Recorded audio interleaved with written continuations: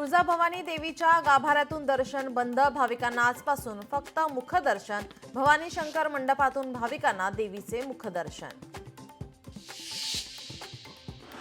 तुळजाभवानी मंदिरातील संवर्धनाचे काम सुरू, मंदिरात धुळीचं साम्राज्य, भाविकांना त्रास। देवीच्या यज्ञ मंडपाच्या बाजूला उघड्यावर काम सुरू।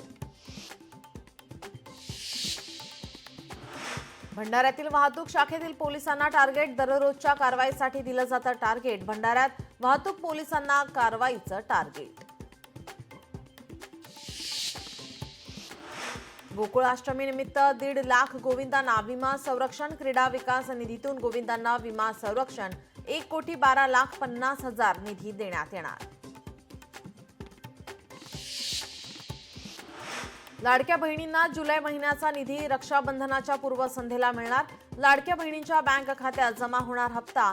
मंत्री अदिती तटकरे यांची सोशल मीडियावरील पोस्टद्वारे माहिती। मुख्यमंत्री युवा कार्य प्रशिक्षणार्थ्यांचे कृष्णा नदी काठावरून बेमुदत उपोषण। नोकरीमध्ये कायम करा, प्रशिक्षणार्थ्यांची मागणी। महादेव मुंडे हत्या प्रकरणात बीड पोलीस ऍक्शन मोडवर, 5 जणांना ताब्यात घेत पोलिसांकडून चौकशी। मुख्यमंत्री फडणवीसांच्या आदेशानंतर पोलिसांना जाग।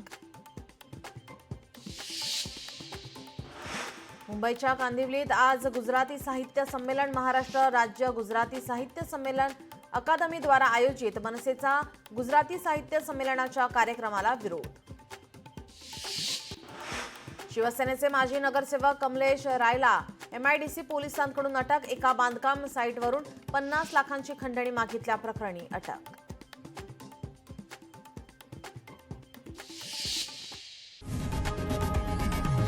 लोकशाही मराठी ऐका, पहा, जागरूक रहा।